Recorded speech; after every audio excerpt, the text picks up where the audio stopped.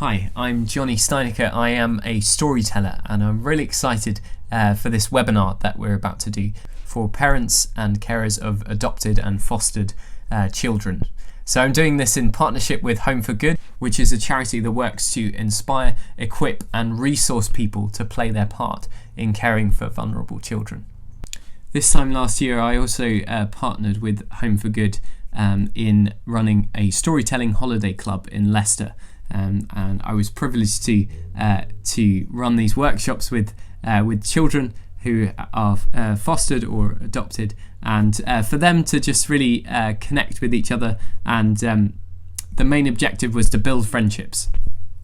I really felt like we did that throughout the week. So this time around, in connection with Home for Good, I feel like this time is a really difficult time for a lot of families and a lot of children, especially not being at school and things like that. So we thought that something would be really good is one to run this webinar for parents to help equip them to build relationships with their children through storytelling. But also we thought it would be a really great way of developing some positive stories in the midst of all of this craziness.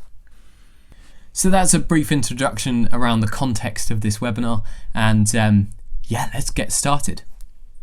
So I created this webinar just as a way possibly to connect with your children and to resolve issues together, but also to just really explore the wonderful imagination that we all have, and to really just tap into that. So we're going to be looking at reading stories, telling stories, and writing stories throughout this time. We're going to have different activities, so it's not just going to be me talking the whole time, which would be long. But hopefully you'll enjoy it and it will be engaging. So also just so you know, just throughout this session, I'm going to be referring to this thing called the PACE model, which I've actually attached in the YouTube link to be downloaded. But that basically is it relates to four things. So PACE: playfulness, acceptance, curiosity, and empathy. And I really think that just bringing all of those things together and using it with your child and kind of encouraging those things can be a really helpful way of connecting and bonding, but also just filling the child with confidence and an understanding of where they are in the world and how they relate to everything else. I think that can be really helpful. So I'm going to be referring to that throughout this session. So for me, I grew up with stories. I always found stories a helpful way of working out how I was feeling or what was going on in the world around me. I found that very helpful, and I think that's something that I found can be helpful for other people as well. Is to, as we tell stories and as we create stories in our minds, or as we read stories, it helps us to understand a little bit of more of what's going on outside of ourselves. So I'm going to start by telling a story that I loved as a child. Here it is now. It's just going to be me speaking about it. I might have a different t-shirt, but here you go. Once upon a time, there was a lion in a forest, and this lion was not just any lion, but he was the most fearsome, powerful, awesome lion in the entire forest. And one day the lion was walking along and he decided to have a little sleep right in the middle of the path. So he fell asleep, huge body slumped down and heavy breathing started. And along came a little mouse. And this was not just any mouse, but the tiniest, smallest, most powerless mouse in the entire forest. And this mouse tried to get around the lion, one side, then the other, and couldn't make it. So this mouse had to climb over the lion. And as the mouse was climbing over the lion, the little tickling on the lion's stomach woke the lion up, and the lion snarled angrily and grabbed the mouse by the tail and was just about to put it in his mouth when suddenly the mouse let out a little sound. "Don't eat me, please, don't eat me." The lion looked at the mouse and said, "Why shouldn't I eat you?" And the mouse said, "Oh, well, I'll save your life one day, I promise." At this, the lion let out a huge roar of laughter. "Save my life, you very funny little mouse." And because he found the mouse so funny, he decided to take pity on him, and he let him go.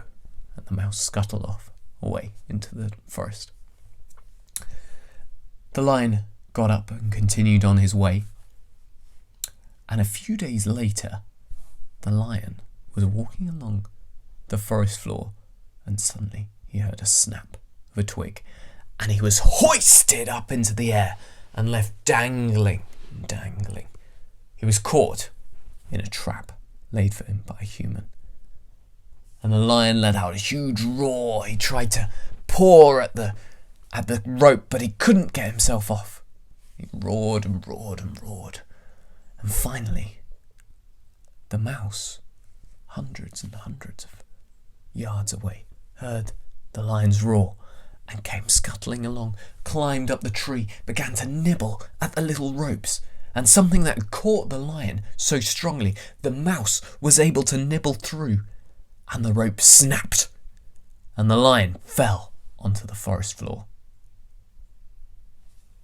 "Thank you so much, Mr. Mouse. Thank you so much. You saved my life. I laughed at you, but you saved my life." And the mouse and the lion became friends for the rest of their days. I loved that story growing up. I think it was partly because I was such a small child. I was just quite small, and it encouraged me to know that that you don't always have to be the biggest or the most powerful to have an impact. And also, I love the friendship between the two of them, like just an unlikely and interesting sort of friendship. So that's a story that I really love. So now I'd love you to maybe get a piece of paper or and a pen or a pencil, and I'm going to ask you a few questions to think about over the next few minutes. I'll give you about 3 or 4 minutes to think about a favourite story of yours as a child, and why was it a favourite story? Did it have like a deeper meaning? Maybe it was just because you really enjoyed the characters. I'm going to put several questions up on the screen, and so if you just have a think about that and write them down. So go for it. There you go.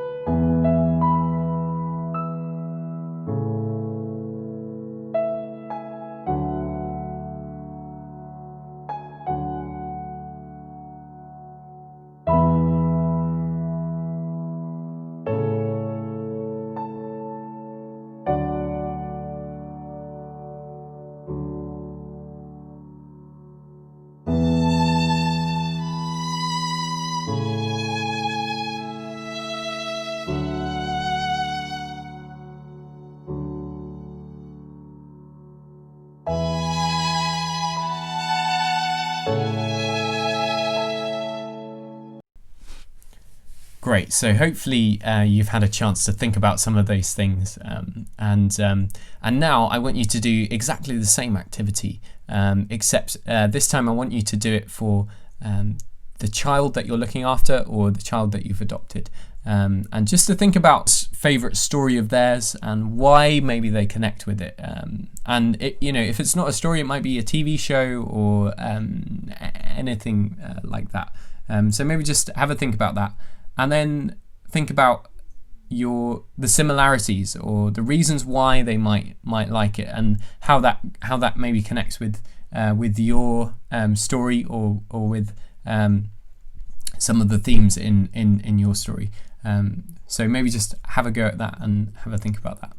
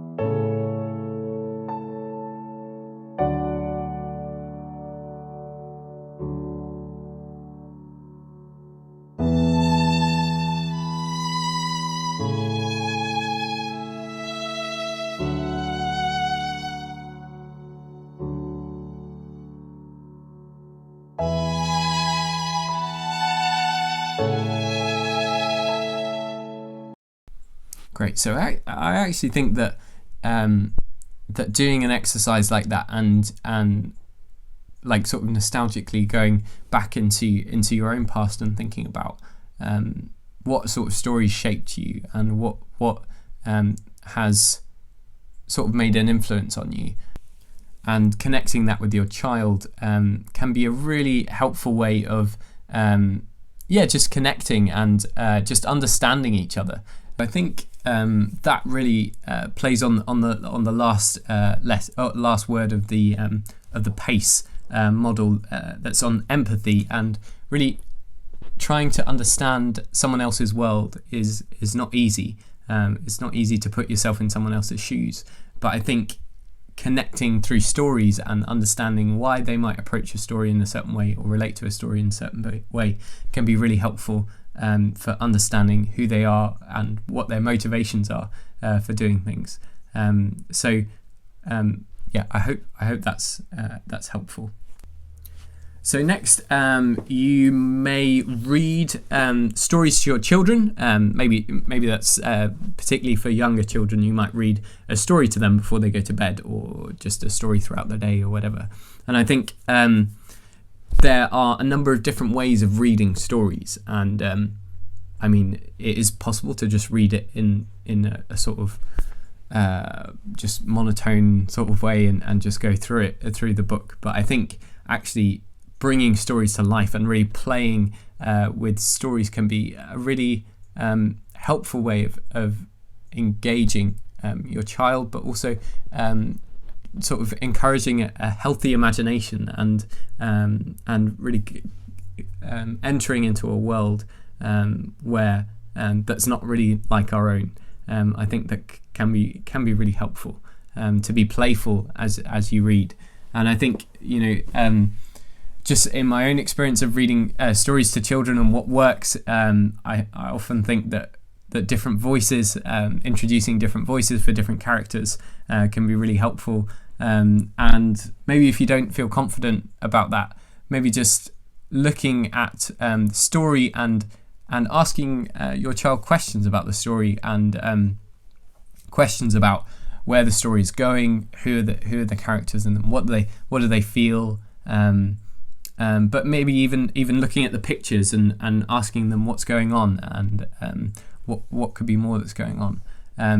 So if you have a younger child, I want you to, in this next session, I want you to grab one of their favourite books, that maybe you like to read to them, and to just really kind of flick through it and think about maybe the different types of voices that you would use, or the world that they're in. I think often as adults we can just kind of churn through these books, and sometimes people just create them, and that's not always super helpful in some ways. But I think actually entering into the world that the book is in can be a really wonderful way of connecting with your child before bed or throughout the day. So I think so for younger parents of younger children, maybe if you could do that. And then for older children, you may not read them stories anymore, but I think there is always a way of connecting into the world that they creatively engage in, and that might be through reading, but also might be through a TV show or a computer game or different things like that. And I think that's where the curiosity part can come into play on our side, connecting with the children in a curious way, and asking them about what they're watching or what they're reading, and trying to get into that world, and just be curious, just be interested in it. And I think that can really open up some good conversations, and also probably for older children, open up opportunities to talk about things that maybe you might not talk about.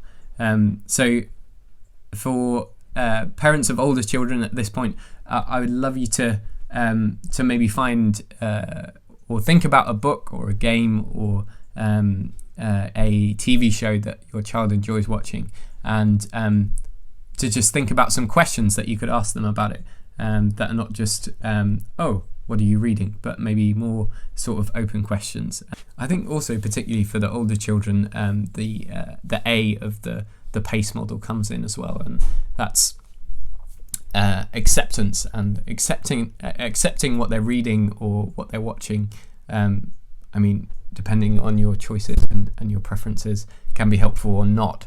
But I think knowing that child is accepted and loved regardless of whatever that is, I think is really important, and really important to show your interest in what they're interested in, and what they're doing. I think is really important for good relationship and good connection there. So I'm gonna put up a screen, and there'll be an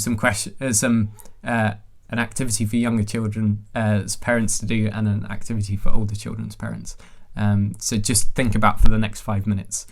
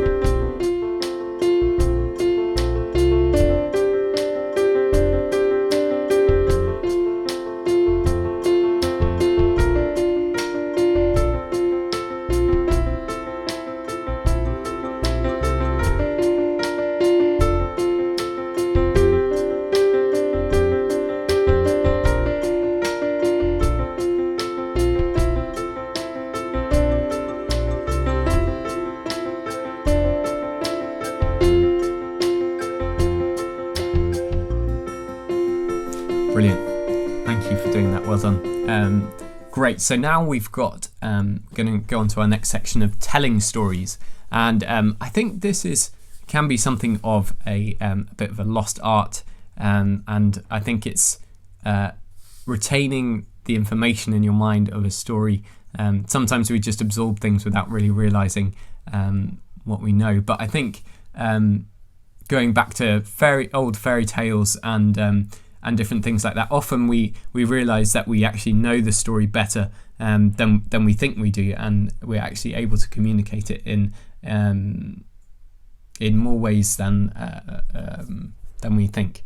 I think engaging in play and imagination, particularly for younger children, is really, really important.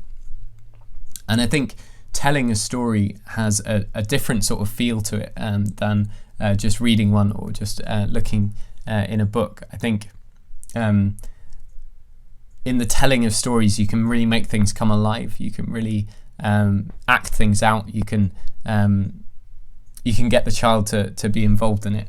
And I think it's probably not so much a bedtime sort of activity as it can be quite lively or things like that. But I think it's actually can be a really awesome way of connecting and making things exciting is really important for children, and even for older children, that might be something that you're already doing. Maybe telling stories of your family members or older generations of the way that they used to do things, or Uncle Jim doing something in a certain way. I think stories like that and exchanging stories like that are really important and really enable that sort of empathy of understanding where each other are at, but also like allowing your child to tell stories as well of their time at school or what their friends did, is that kind of mutual telling of stories and being invested into those things, rather than thinking about something else while they're doing it. I think is really important to build that relationship and to strengthen things. So now I want you to think about I think the easiest thing would be to think about a fairy tale, or it might be something from your own life or from your past. I want you to think about that and to write it down, to try and remember as much of the story as you can, to really embellish it, to make it really something that's more than just 3 little pigs got their houses blown down by a wolf. Yeah, make it more than that. Make it exciting. Add bits to it, and I really so maybe just go off and do that now, and we'll be back in a few minutes.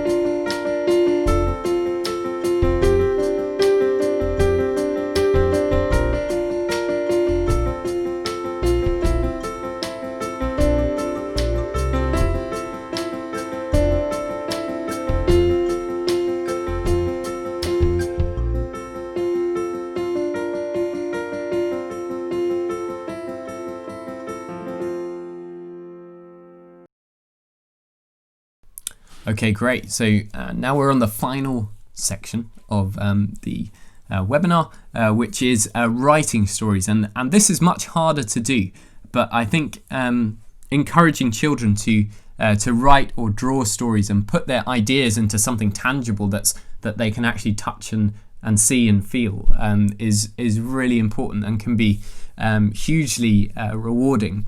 So I really encourage you to to do that. If your child wants to tell a story or wants to write or draw a story, I would just really encourage you to engage them in that world, to play with that, and to know as well your acceptance of their creativity and your excitement surrounding what they're creating. I think can be really important. Also, planning and writing and drawing and using imagination is actually a really important thing in children's development.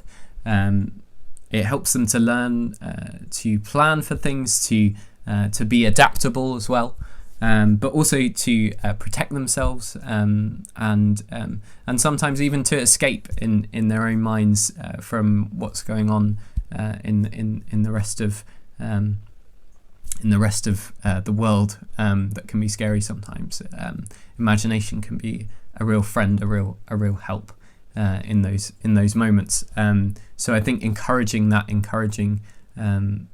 imagination and curiosity about life and getting them to write about it or draw about it is really, really important. So what I want you to do now is I want you to create sort of a rough structure of a story for your child to write, for you to write with your child or do with your child. So this could be doing something like, so maybe you've got some ideas of some characters, maybe you've got some ideas of where the story would be set, or maybe even a plot of what's going to happen in the story. So I'm going to give you some time now to maybe think about those things, and I'll put a few ideas on the on the screen, and yeah, just have a think about that.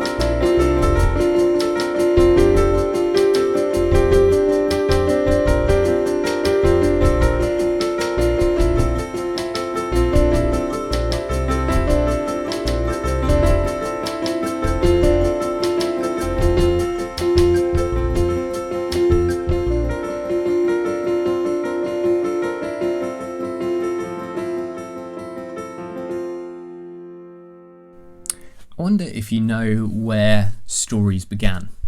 It's a very difficult question to answer, but one tale tells of a boy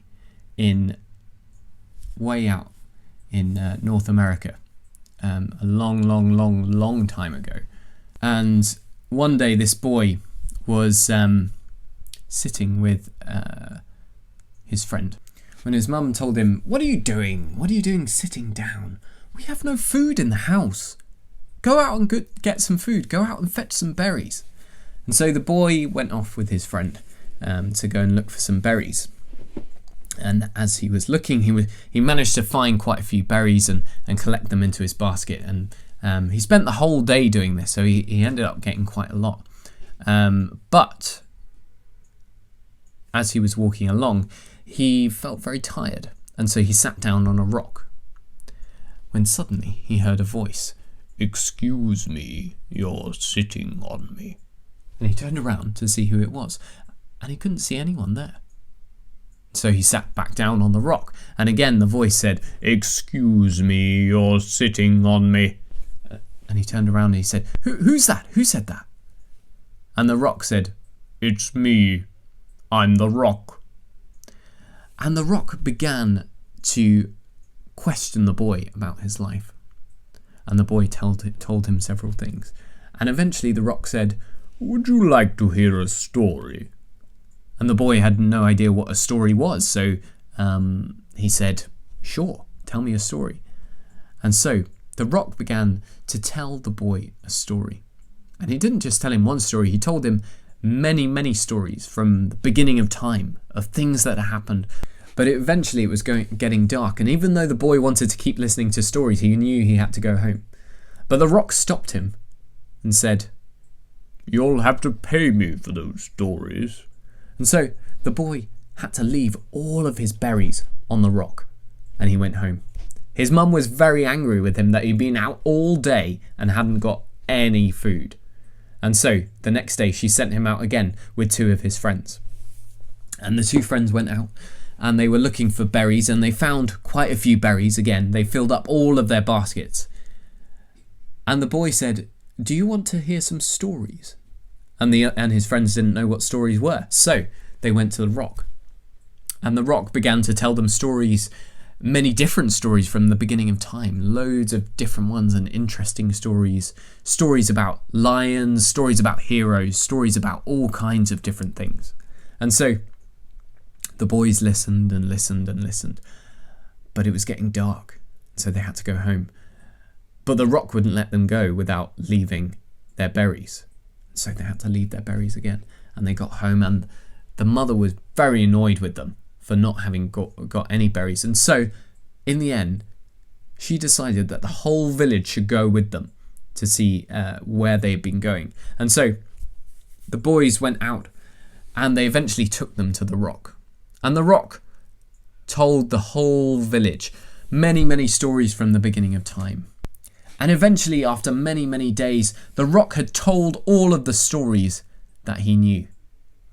And he said, "And now it is your turn to tell stories to generations and generations and generations after you. And there will be old stories and new stories and all kinds of stories. But you must always remember to tell those stories and to keep them special." And so that's how they say stories were passed down for generations and generations. Stories were told, stories were written, stories were drawn, all kinds of different things. And I guess that's where I want to leave you. I want to encourage you to keep telling stories to your children, to the people, the small people that you look after, so they in turn can tell stories to their small people. Because I think, for me, stories are really important. They do so many things. They really encourage all of those things of playfulness, acceptance, curiosity, and empathy. And I think they can be a real bridge into a world that sometimes we don't understand. They can help us to understand things. So as you go from this webinar, I really encourage you to keep telling stories, to keep writing stories with your children, and to keep exploring those worlds. I hope you found this helpful, and I hope that you can keep engaging with stories with your children and go to new and exciting places. Thank you so much for coming, and keep enjoying stories. Thank you very much. So if you enjoyed that webinar, I'm really excited to tell you that for the month of August, I'm going to be running similar storytelling and story creating workshops as in a holiday club sort of way, as I did last year, for you and your foster children or adopted children to do together. So that will be starting from the first Monday of August, the 3rd, and then the videos or the activities will be released every Monday for the month of August. So really excited about that, and we really love you to come along to that and to create things together and explore things together with your child. So if you'd like to join me in those workshops, please do email me on the link which I'm putting up on the screen right now, which is js.storytelling@gmail.com. And yeah, just really excited to do that with you guys. So yeah, do come along to that, and there'll be more information about that on the YouTube link below. Take care, and looking forward to seeing you then. Also, if you have any questions or any comments, please do send them to my email address, which I'll put in the link below. Thank you very much. Take care.